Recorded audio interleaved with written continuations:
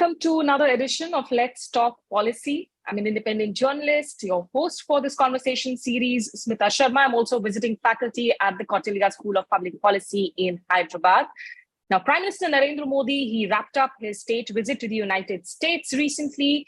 The 3-day visit we saw, which was actually his first state visit in 9 years, it included at least 3 meetings with President Joe Biden. There was a private dinner at the White House, a lunch at the State Department, an address to the members of the US Congress joint session. Prime Minister Modi also became the only Indian to address the US Congress twice. Now, the sweeping broad 58-paragraph India-US joint statement that was released afterwards, it has several key pillars. Technology partnership, which has 8 key elements, including strengthening semiconductor supply chains, critical minerals partnership, advanced telecommunications. There is a NASA-ISRO collaboration in space, the Artemis Accord, quantum, advanced computing. There is AI, innovation handshake, also the earlier announced the initiative on critical emerging technologies, or ISET. Then, of course, there is the crucial defense element partnership, co-production, sensitive technology transfer agreements. On the broader people-to-people side, the US intends to open new consulates in Bengaluru, in Ahmedabad. India has said that it looks forward to opening its consulate in Seattle later this year and to announcing 2 new consulates in the US in the near future. The US also last year issued a record 125,000 visas to Indian students. And Indians are actually on track now to becoming the largest foreign student community in the US. There has been a 20% increase compared to last year. So clearly, the India-US relationship has come a long, long way since the Nehru-Truman meeting in 1949, which happened at the backdrop of the end of the Cold War too. And in the current times, when we see through the ups and downs and then a strong bipartisan support, how should we look at the state of play today between these 2 countries? One, of course, the world's superpower, and the other, a rising emerging power in Asia. That's, in fact, what we are going to discuss in Let's Talk Policy here. And joining me are 2 very, very important voices when it comes to strategic thinking in India and the US. Ambassador Navtej Sarna, he's a retired career diplomat. He has served as India's ambassador to the United States, to Israel, former High Commissioner to the UK. He's an acclaimed author and also an advisory board member for the Kautilya School of Public Policy. Thank you so much, Ambassador Sarna, for joining us. Thank you. Thank you, Smita. I also have with me, joining in early from Washington, D.C., Lisa Curtis. She's a senior fellow and director of the Indo-Pacific Security Program at CNAS, which is the Center for New American Society in Delhi. She has held important positions at the US National Security Council, CIA, State Department, Capitol Hill in the past. She also served as the Deputy Assistant to the President and NSC Senior Director for South and Central Asia from 2017 to 2021 under 3 successive national security advisors. Lisa, thank you so much for joining in on Let's Talk Policy. Thank you for inviting me here, Smita. It's great to see you. Great to be here. And I would like to, in fact, welcome all those who are tuning into this conversation, to our attendees. You can put in your questions into the chat box. I will also allow some of you to ask questions directly as we progress into the conversation. Let me start by asking you, Ambassador Sarna, because Ashlet Ellis, again, a prominent strategic voice, in an interview to the Hindustan Times after the Modi visit, he was asked whether this is a transformational visit. And he replied, and I'm quoting him, Richard Nixon's 1972 visit to China set the benchmark on this count. In the post-Cold War period, I would say there was only such transformational encounter in US-India relations. PM Manmohan Singh's visit to Washington in 2005, with possibly Bill Clinton's 2000 and George W. Bush's 2006 visits to India as debatable runners-up. Your thoughts on how significant did you find this visit? How different did you find the visit? And did you find it transformational? Thank you, Smita. Thank you for having me here. I think, let me say, I don't want to rank visits, but this was a very important visit. And Ashley is right in the sense that there are certain visits which sort of change the level of engagement and are not just business as usual being continued.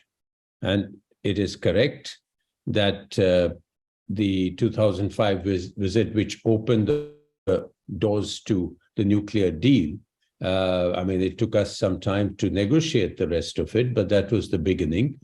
Did change the level of engagement. And certainly Prime Minister Modi's visit last month has been one in which the level of engagement has hopefully been irretrievably changed. And it is, in that sense, yes, it is a transformational visit, because you have gone from putting up building blocks one after the other, as has been done over the last 20 years, into now putting those building blocks together and saying, okay, now the relationship has moved on top of these building blocks and we have to go somewhere else. So absolutely correct in that sense that this has been a very important, call it transformational, call it a defining visit, call it a visit which actually brings the two countries together, not in engagement, not in a kind of one-off deals, not in a transactional sense, but actually this is the beginning of the tying up of a certain common paradigm. Because once you have laid this level of engagement, as the joint statement does, and I presume that all of it or most of it will be implemented in due course. Once you have that implementation, it is a big if. Once you have that implementation, you would have tied in on a technological paradigms, on defense paradigms, which will be difficult to disengage. So in that sense, this is a new level of engagement. I think just to clarify, Ashley seemed to suggest that this cannot be counted as transformational yet, that only time will tell, because that's the list of the transformational visits that he cited, from the Nixon China visit to, of course, Manmohan Singh and the Bush and Bill Clinton incoming visit to India. Eliza, your thoughts to begin with on how do you see what played out during Prime Minister Modi's state visit? Well, I would say it was an exceptionally significant visit because of the defense and technology breakthroughs that were made, the fact that the U.S. Has agreed to joint production, co-production of jet engine technology. Really, the significance of that agreement cannot be overstated. As Ambassador Sarna has said, this has set a new benchmark, really, for U.S.-India defense cooperation. And then on the technology front, we have elevated that technology dialogue and cooperation between the two countries. The Micron investment in India shows confidence that India will play an important role in the supply chains for semiconductors, which is very significant. So I would say that we saw breakthroughs in this visit, also very symbolically important, as you mentioned. Only the second time for an Indian leader to address a joint session of Congress, several high-profile meetings at the State Department, the tech handshake meeting. This really, broke new ground, I believe, for the U.S.-India relationship. And I think it's also significant because it comes at a time where the U.S. and India have major disagreements over Russia and Russia's invasion of Ukraine. So I think what this visit did was it showed the strength and resilience of the U.S.-India partnership, and how it can weather some very significant differences between the two countries. But I think I have to agree with Ashley that I wouldn't call it, as transformational as the U.S.-India civil nuclear deal. That was definitely transformational. So even though it's extremely important, extremely significant visit, I think I would have to agree with Ashley that it's not as transformational as that initial breakthrough of the U.S. agreeing to provide civilian nuclear technology to India, and what that symbolized for the difference in the relationship, but certainly an important visit, one that will have knock-on effects for a long time to come, and some really important steps, particularly on technology and defense. Ambassador Sarna, what do you think has really changed about this relationship, the dynamics in the past 2 decades? The one thing that you would like to say has been the defining change? Well, it's, when you have such a wide-ranging relationship, Smita, it's facile to really attribute it to one thing. And I wouldn't like to attribute it to one thing, but I agree with you absolutely that it's now, I always place sort of the cutoff point at 1998, which was India's nuclear tests, when really the United States, after despite the fact that the Cold War had ended a few years ago, that was the time that the United States actually woke up to India's concerns. It woke up in anger, actually. And then it took some time for us to tell the India story and get into that engagement. So I think it's been a number of things. It's been the fact that India, despite having become a nuclear weapon state, has acted extremely responsibly in that respect. India has shown capabilities which has earned it the trust to slowly begin to get into a closer relationship with the United States on technology and defense. And we have moved significantly from our own positions in that regard, particularly in the defense. At the same time, there's been India's growing economic power, which has both been an attraction to the United States and other major economic players in that sense. And there has been, what we put as people to people or call it whatever, India's increased IT prowess, India's increased professionals in the United States, the success of the diaspora, all that has formed links. Along with that are certain factors which are completely beyond this relationship, but impact on the relationship. For instance, the United States also started warming up to India in the early 2000s with the George W.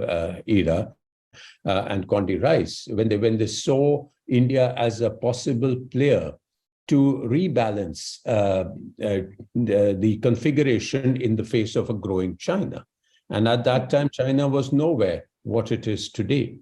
But that was another factor which came into play. And in the last few years, this factor has become a very significant factor, not the only factor, but again, a very significant factor in which has brought together a strategic convergence. The growing importance of the Indo-Pacific for the United States, and consequently of the Indian Ocean. And then, a lot of this has played into each other. So I would say, broadly speaking, there are the bilateral aspects which we have talked about. India's growing power, India's growing possibilities as an economic power, India's credentials as a responsible player in the Indo-Pacific, and the strategic convergences that have come about because of the changing relationship with China, both for the United States as well as for us. And these strategic convergences will always remain at a point where India and US will remain close partners, close friends, and not allies, Ambassador Sarna?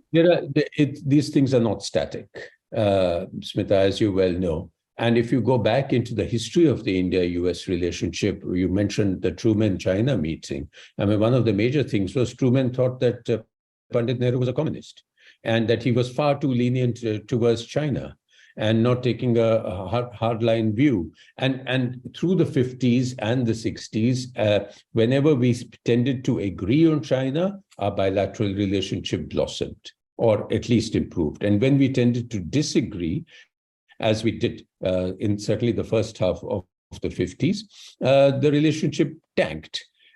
So these things are not static. And I think we have to watch this ball. Even today, the decoupling has changed to de-risking. There have been so many visits from the United States to China. I don't say that this means that the US-China problem is going away. It's a way of a better management of the relationship. And, relationships keep on moving. So I think the international relations not being a sort of zero-sum game, it doesn't mean that if you talk to so-and-so, you can't talk to me. But at the same time, they do impact each other. So Lisa, I think it's something which we have to constantly play with. Lisa, Ambassador Sarna made some important points, but keeping in mind that that important strategic convergence over China and also the deepening economic engagement as one of the key factors, how much will the state of play between US and China? I mean, at some point in time, perhaps there will be a reset of ties. They're still when it comes to trading, of course, there are no two partners like the US and the China. So when that reset, if that happens again, will that impact, say, for instance, the relations with India, the balance in the Indo-Pacific? How does that play out from here?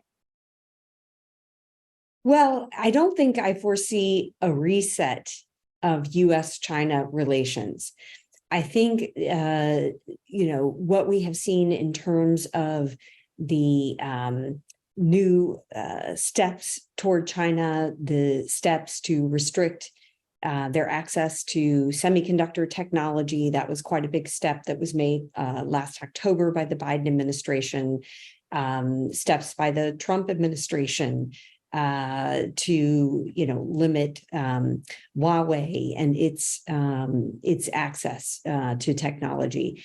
So there have been major changes in the U.S.-China relationship, I would say, over the last 3-4 years that really preclude any type of genuine reset of the relations. Now, I think what we will see, and what we saw with Secretary Blinken's visit, Janet Yellen's engagements, is, and probably we'll see an engagement between the leaders, presumably at the APEC summit in November in the United States. That's an effort to put a floor to the sort of tensions in the relationship, to not allow the competition between the two countries to escalate to conflict. Certainly neither side is interested in any kind of conflict, but I think that what we can see is the relationship will be characterized by this very sharp competition, economic, military, even political competition for a long time to come.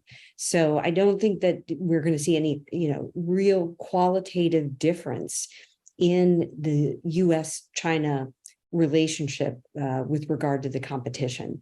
But I think, it's interesting. I believe that India has also had a change in its relationship with China, a sort of watershed moment with the 2020 border crisis that, of course, resulted in the first loss of life along their disputed borders in several decades.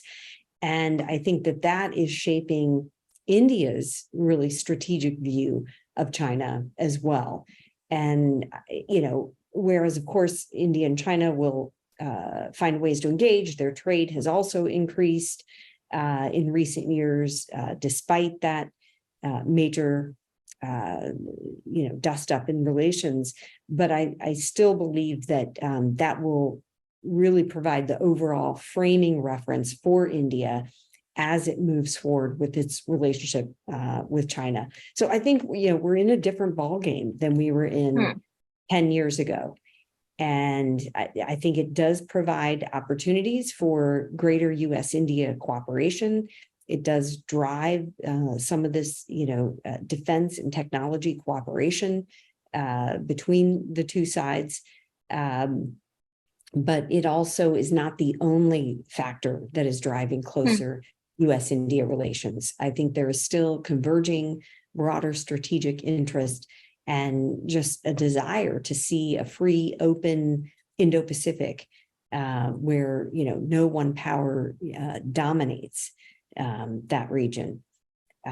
So I think that, whereas Ambassador Sarna is right that we see evolving relationships, and, we're not talking about decoupling, we're talking about de-risking, and you're going to continue to see diplomatic overtures to China from the United States. But I don't foresee any major reset or change in that in the broad trajectory of the U.S.-China relationship. That's a very interesting crystal gaze. But coming to the subject of relations with China, and I want both of you to weigh in on this, starting with you, Lisa, because on China, you said not decoupling, de-risking is what we are going to see moving forward. But on Russia, the divergences are deep. They are being managed. But does it have the potential of becoming a sticking point in the Indo-US bilateral ties in the near future? Well, I think it is a point of tension for sure. But I think what the Biden administration is signaling that they see China as the greater long-term challenge, and they see India's role in establishing a free and open Indo-Pacific as critically important. And so that is sort of the priority when it comes to the U.S.-India relationship. But that doesn't mean that there aren't, people within the administration who are frustrated with India's position of neutrality toward Russia, and also, some concerns about India's continued reliance on Russian military gear. I think those concerns still linger within the administration.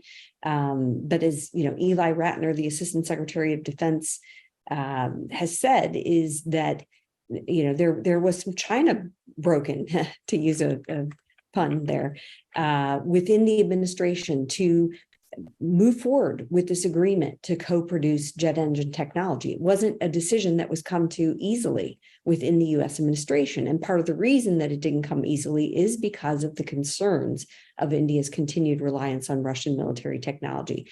So I think, the play or the hope is that as the U.S. expands the technology, sophisticated technology that it's willing to transfer and open up with India and co-produce, that will eventually drive India to reduce its dependence on Russia. But nobody knows that will actually happen. But I think that's the goal, that's the aim. And from India's perspective, I think that it has to consider what kind of partner Russia's going to be after this war in Ukraine. Russia's economy, its military will suffer from sanctions, from this isolation. We've already seen, some tension within the Russian system with Prigozhin and what happened there. So I think, it would be in India's interest to really consider carefully whether Russia will indeed be a reliable partner for India in the future. Madam Sarna, in the diplomatic galleries, do you see this question being asked often? Of course, our dependency on Russia, even for imports of, military equipment, has reduced a lot. There is already a lot of defense buying that is happening from Israel, from France, from US. Do you see this question coming up in the diplomatic galleries and conversations in terms of the reliability on Russia in the long term? For me, Smita? Yes. Okay. Yes, I think I agree with the points made by Lisa. The point is, honestly, that we've taken a certain position on the Ukraine conflict, and we've taken a certain position on Russia, which has been well explained to our interlocutors. And for the moment, it seems to have been discounted and bought, as we saw in this relationship.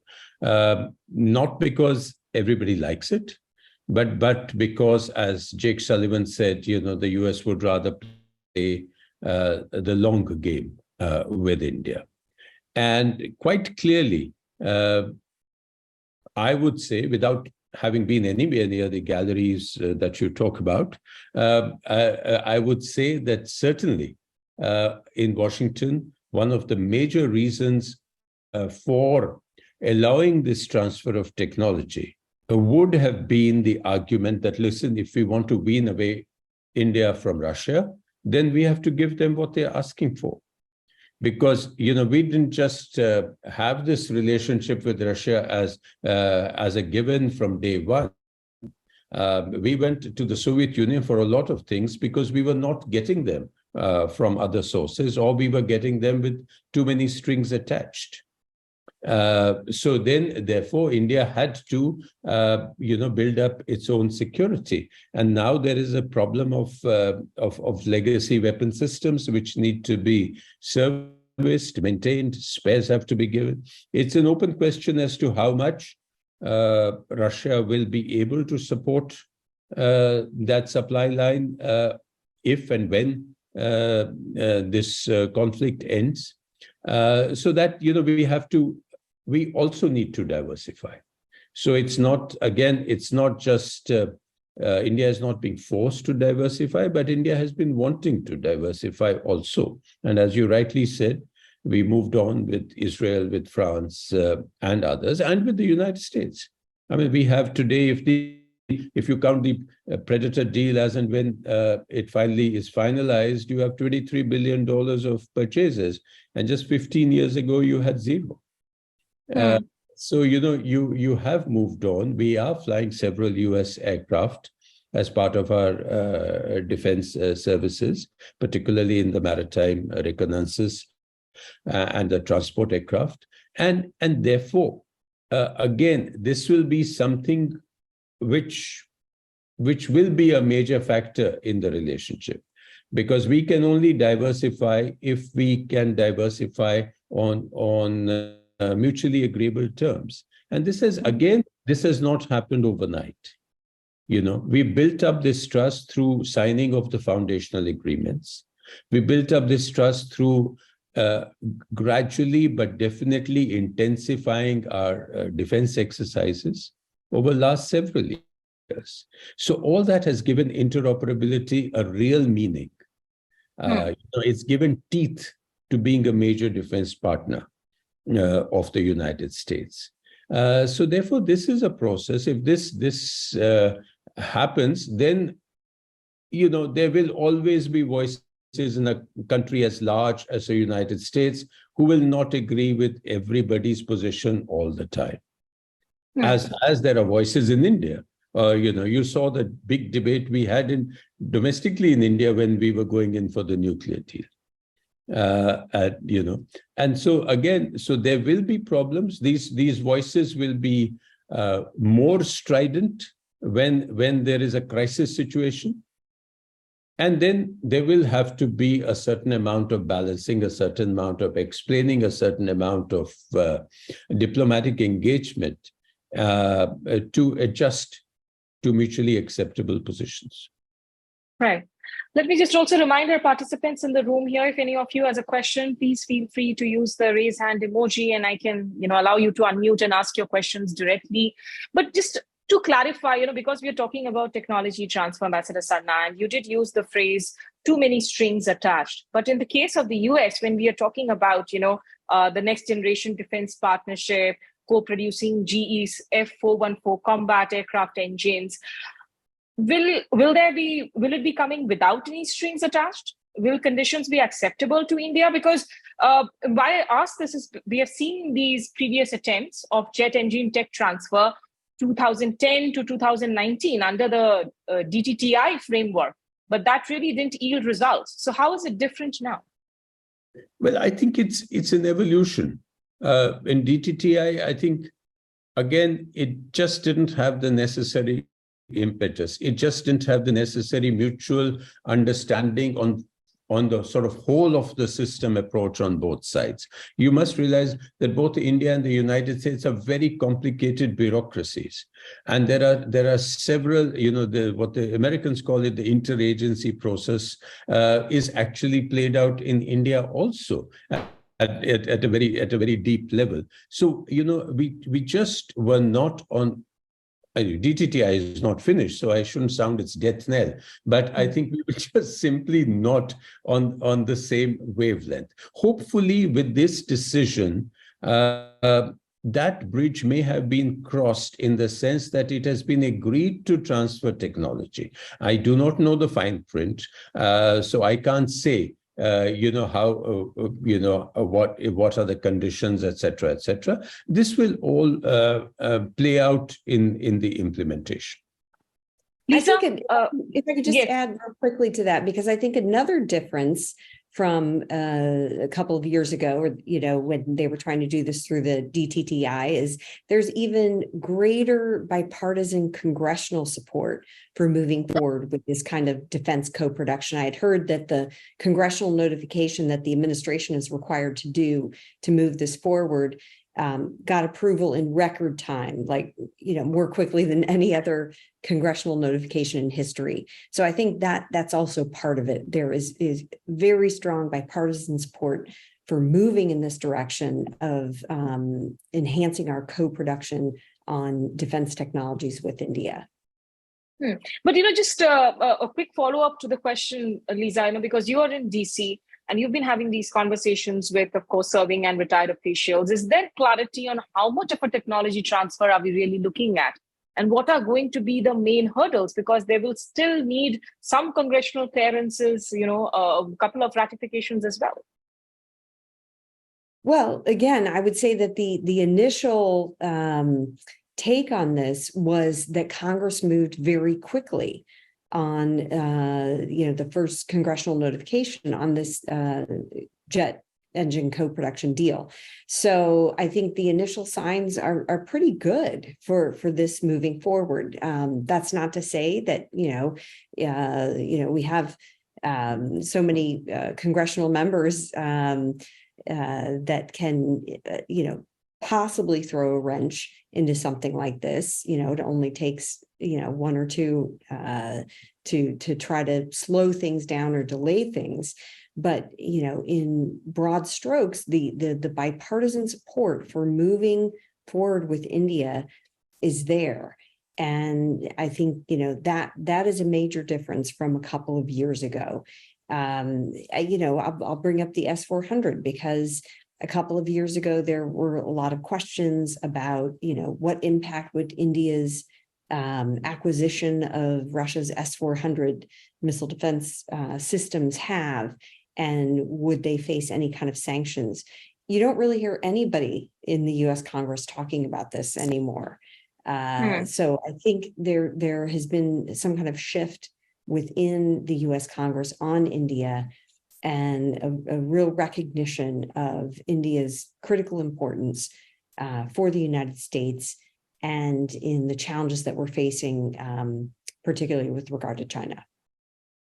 Okay, just the last set of questions, Ambassador Sarna, because what I'm picking up from both of you, it does look like that we have made greater progress when it comes to technology cooperation, because while we did call that civilian nuclear agreement a transformational stage in relations, a momentous step in relations, it's been 8 years and counting. We still actually don't have a techno-commercial offer on nuclear cooperation, which of course is also partly because of India's own, the domestic liability laws that became contentious.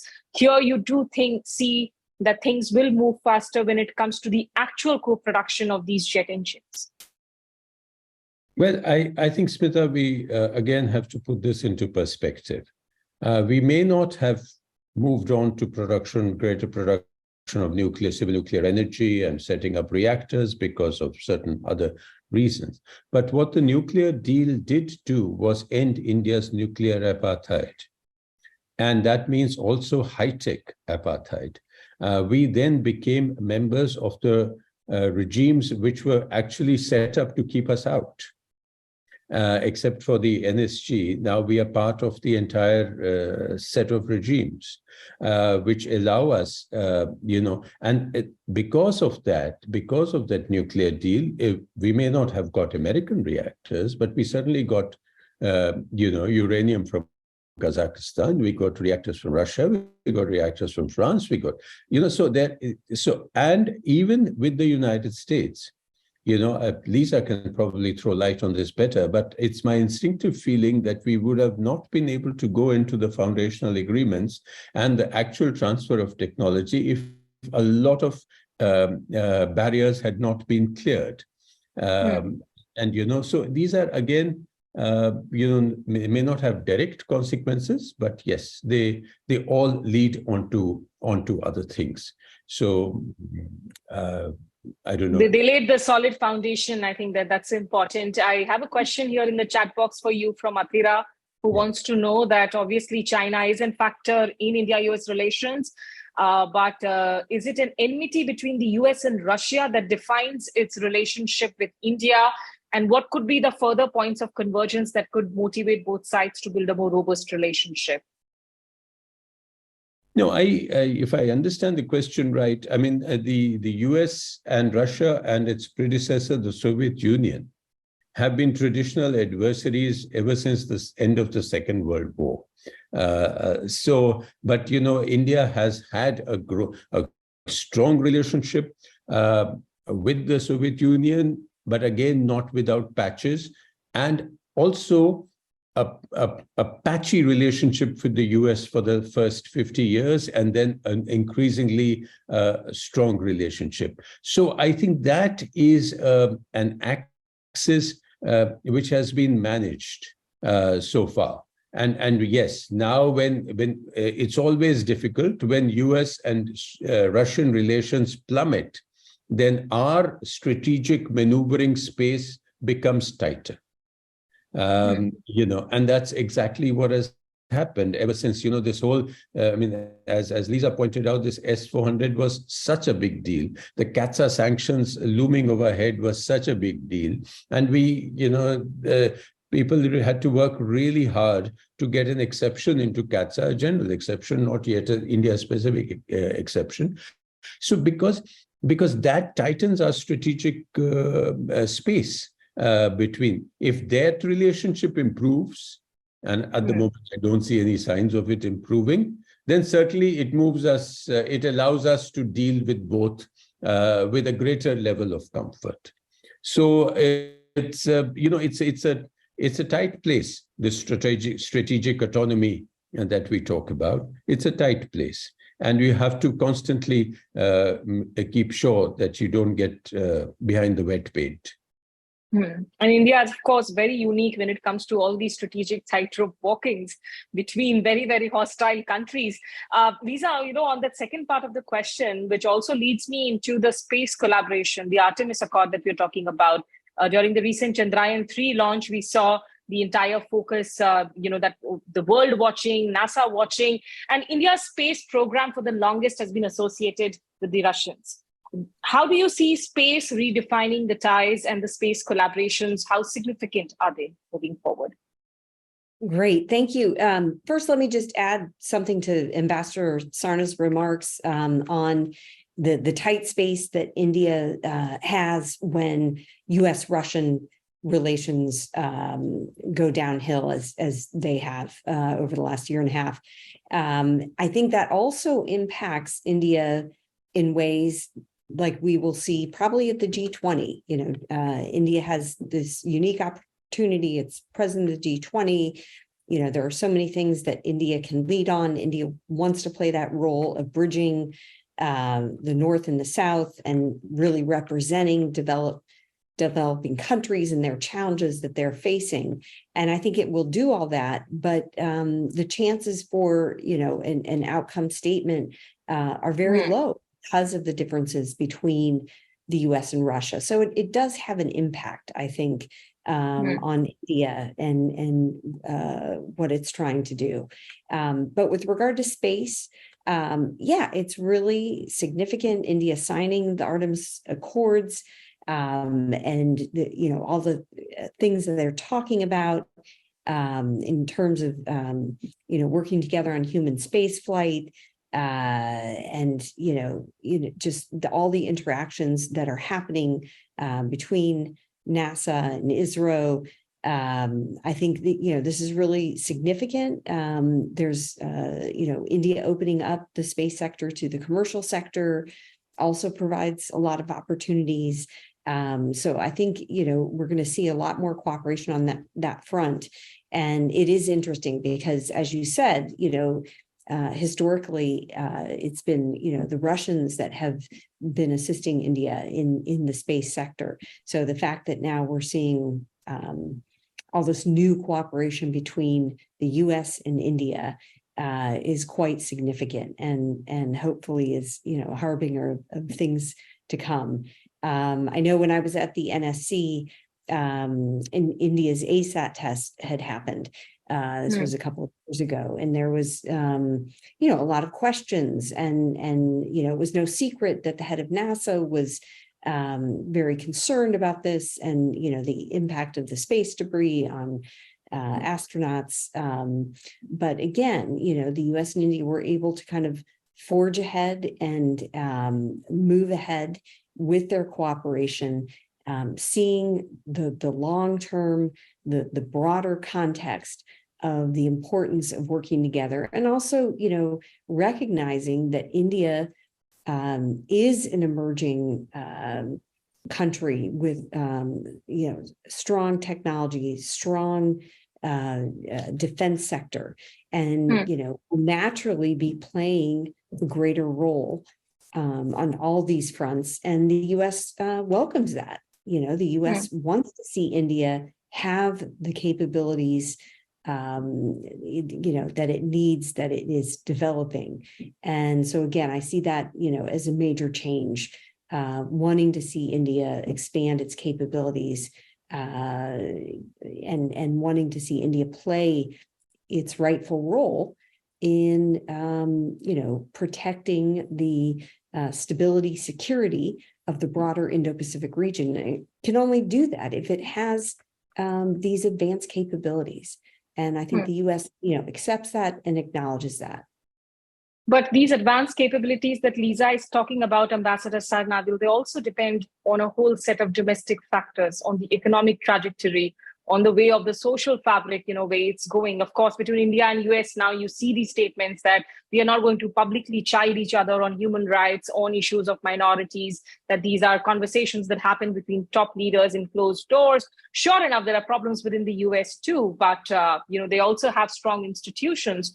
Will these be important for India to be able to punch above its weight in the days to come? Well, India has to. Obviously, when India moves ahead, it moves ahead as all of India and all different aspects of India. But certainly, in when we're looking at international cooperation, and we are looking at building our capabilities, we need to get.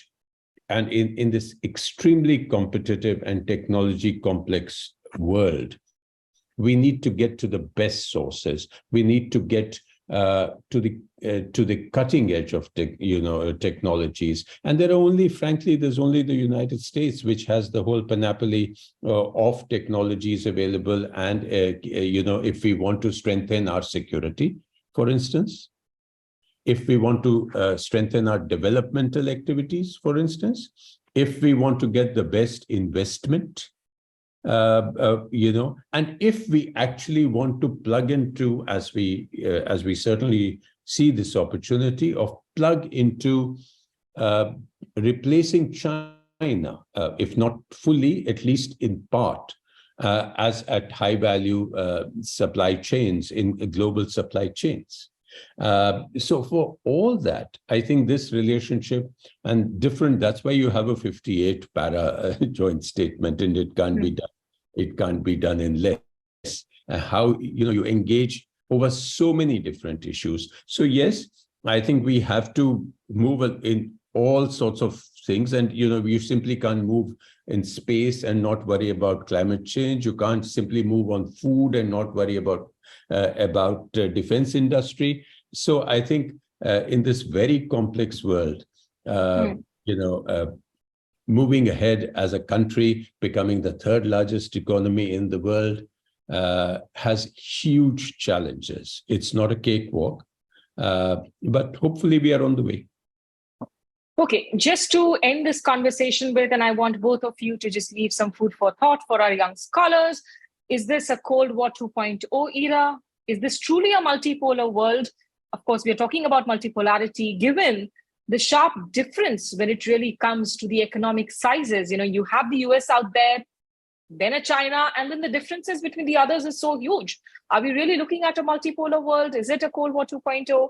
which is playing out in the Indo-Pacific in particular? Ambassador Sarna? Well, I don't think it's yet a multipolar world. It's not Cold War if you understand Cold War like it was. So it's, again, facile to call it Cold War 2.0, but it's certainly a period of extreme flux of geopolitical rivalry in which at the moment there is one superpower and one extremely fast and aggressive rising power. So in that sense, you can call it, people have tried to call it different names because you can't really take it back to the US Soviet Union era. So people call it cold coexistence, they call it conflictual coexistence, all sorts of things. But yes, if you're seeing it for the foreseeable future, you are going to have the United States and China in deep competition in every which way. But what you're not going to have, what you had in the old Cold War, what you're not going to have is a huge ideological divide. You're not going to have a complete divorce in dependencies, and hopefully you're not going to have two blocks of countries with an iron curtain running through them. Okay, Lisa, your concluding remarks on these subjects? Yeah, I think that we're looking at neither a multipolar world yet, nor Cold War 2.0, as Ambassador Sarna says. But we are looking at this new world of sort of extreme competition between the US and China that will impact the rest of the world. There's no getting around that. With Russia, I think the major concern there is if Russia and China see it in their interest to increase their collaboration in order to undermine the rules-based order that's been in place since the end of World War II. And I think that should be the major concern of every other country, including India. So, India has been supportive of this idea of a multipolar world order. I think, India wants to have its strategic options open, preserve good relations with both the US and Russia. I think that's going to be increasingly difficult as we move forward into this new era where we see a Russia that is willing to upend the rules-based order and invade, other countries, at the same time seeking to develop closer relations with China. And, the Europeans are sufficiently alarmed by what Russia has done. It has also concerned them about what could happen in the Indo-Pacific region with Taiwan, China vis-a-vis Taiwan, and that has impacted their own policies. So, I think it's an interesting time for India to consider what multipolarity means and whether it really is in India's interest, because that might mean Russia-China collaboration and greater ability to undermine that rules-based order that we've all benefited from since the end of World War II. Okay, I think that's a good way of ending this conversation with not a multipolar world, not a Cold War 2.0, but definitely a lot of geopolitical rivalry, as Ambassador Sarna mentions. And at the same time, as Lisa drives home the point that while there's not going to be a likely reset of ties between US and China, but perhaps when it comes to the US-India relations, the Russian shadow does continue, and we'll have to wait and watch as to till what time, does in near future, does US continue to be patient with the India-Russia relationships on the other side. Thank you so much, Ambassador Navtej Sarna, joining me in this on this conversation, and Lisa Curtis from Washington, D.C., as well as to the participants who tuned in to this edition of Let's Talk Policy.